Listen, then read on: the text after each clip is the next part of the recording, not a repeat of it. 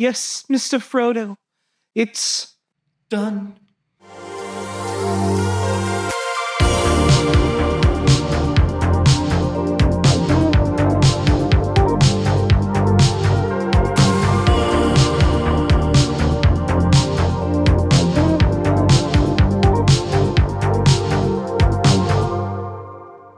In this video, we're going to talk about Darvin Ham's tenure as the Lakers coach, what it means to be a Lakers coach, and what it looks like going forward.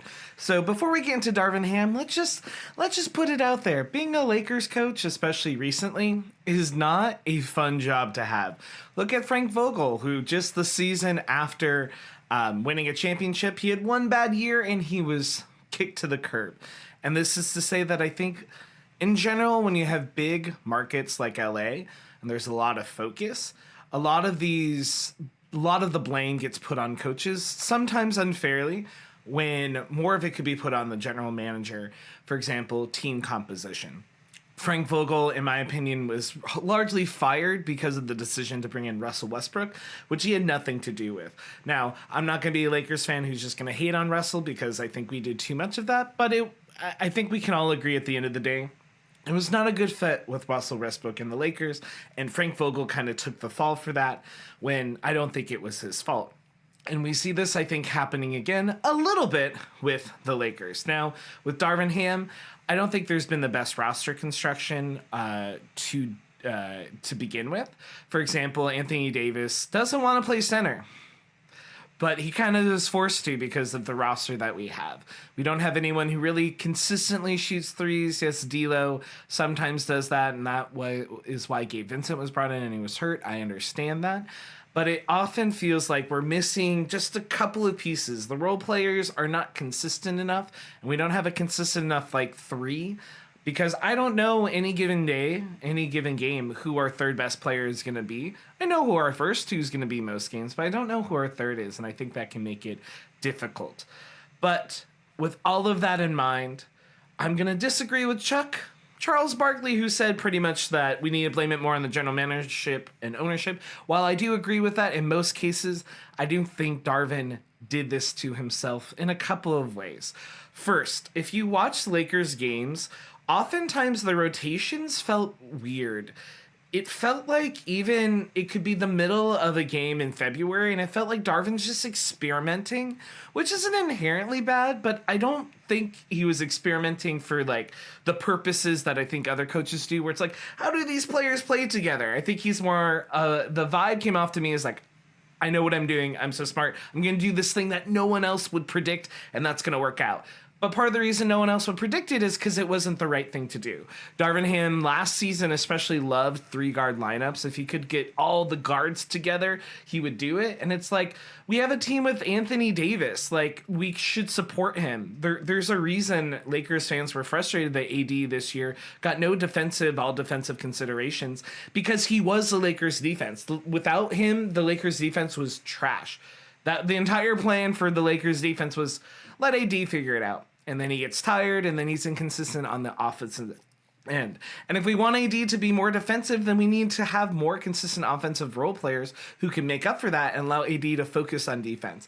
But it felt like we're not maximizing AD's skill set. We're not maximizing LeBron's skill set. LeBron was our most consistent and best three-point shooter the whole year. We need someone from the outside that can really do it.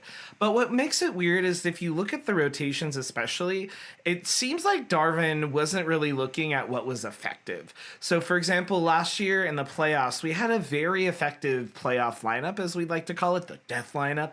And minus the Nuggets, it was a great lineup. And we never really saw that lineup put together. That was a lineup of D'Lo, Austin Reeves, Rui Hachimura, LeBron James, and Anthony Davis. It gives you bigs, it gives you size, gives you multiple playmakers, gives you a lot of flexibility. And we rarely saw that. And according to reports, now again, all the reports that I've heard, taking a grain of salt, I'm not in the Lakers locker room, but that some of these players were a little confused when they had seen so much success with this rotation that they weren't going back to it. In the regular season, it felt like Taurean Prince was getting a lot more minutes than that than he deserved. Taurean Prince can be really good from outside point three, and especially in the corner. That's where they really tried to force him. But it felt like Darvin was forcing Taurean even when he wasn't having a good game. And he did the same thing with Cam Reddish. And this is the thing that was confusing with me with Darvin Ham. It felt like he was so kind of in love with his idea of his rotations. He was ignoring what was happening on the court. And what I mean by that is it felt like players who are hot, he would do something to disrupt that hotness, whether taking them out or taking a key contributor to that led to that run. And he wasn't subbing out players who were really struggling. One thing I thought the Lakers did really well in the playoffs last year, and part of the reason we got it to the Western Conference Finals when we probably had no business being there in the first place, and because we got there when we had no business being there in the first place, put a lot more expectations on this year's squad, which we'll talk about more in a second.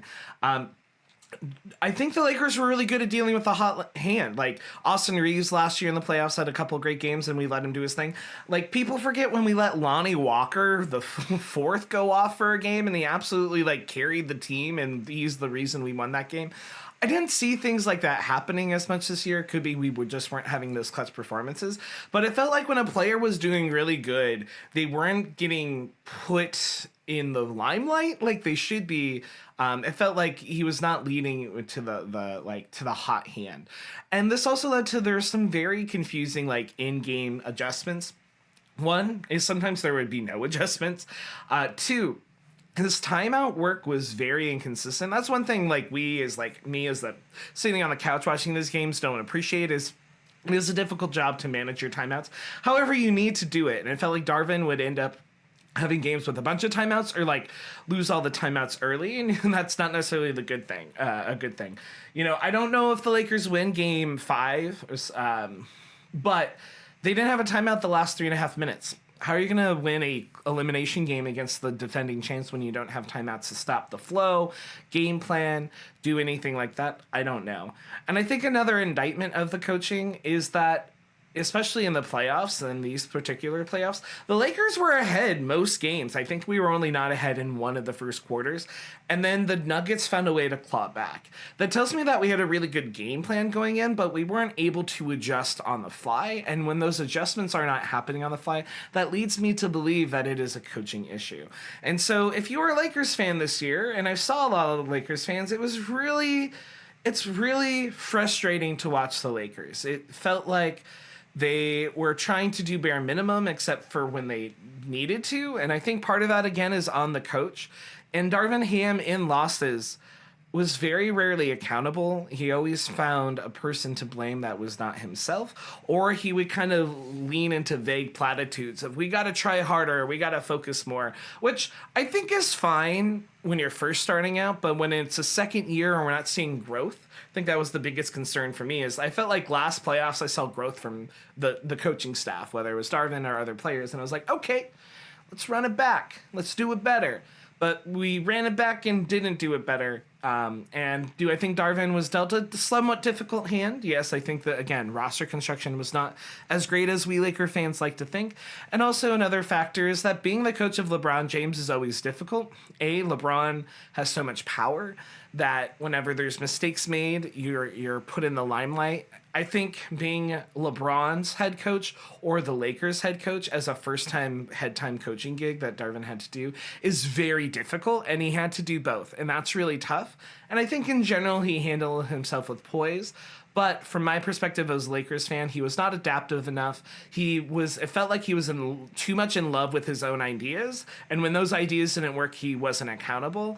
And it seemed to frustrate players. There were definitely times during the season you watch games and it seemed like players were mad at him. And it didn't seem like we're in the middle of competition and it's not going well kind of mad. It felt like a deeper kind of existential madness. Now, where does this leave the Lakers going forward? I don't have a lot of good necessarily suggestions right now for going forward, but I think you need an experienced coach who can deal with the fact that it is LA. LA is a tough place to coach, and when you're LeBron's coach, it's very difficult because LeBron, A, might know more than you, and B, there's just so much pressure that is put on in that situation. So a person that kind of fits in my mindset is Mike Budenholzer, who left the Bucks. We saw how bad the Bucks were this year without him. Part of that could be their roster construction issues. But he was kind of unfairly fired in the eyes of a lot of people because the Bucks underperformed last playoffs. But then we found out that his brother, I believe, was dying as this was happening. And it's like, oh, your brother's dying? Well, cool, bye. And it just felt kind of like a weird way for his tenure with the Bucks to end. There have been rumors already that JJ Redick could be a person that they're considering. I like JJ Redick. I think he's a great basketball mind. But I think it would be better for him if he wants to go into coaching full time, which I support if that's what he wants to do. Maybe picking a gig that is less in the limelight, because you're double focused on in this particular timeline with the Lakers. You're the Lakers coach, you're in LA, big city, high expectations, and you're LeBron's coach. And I mean, maybe there are benefits to being a new coach because maybe the coach feels less pressure to have LeBron not take over. It's okay if LeBron takes over in the huddle, right? I think that's one thing that doesn't get used enough sometimes in sports or sometimes in basketball.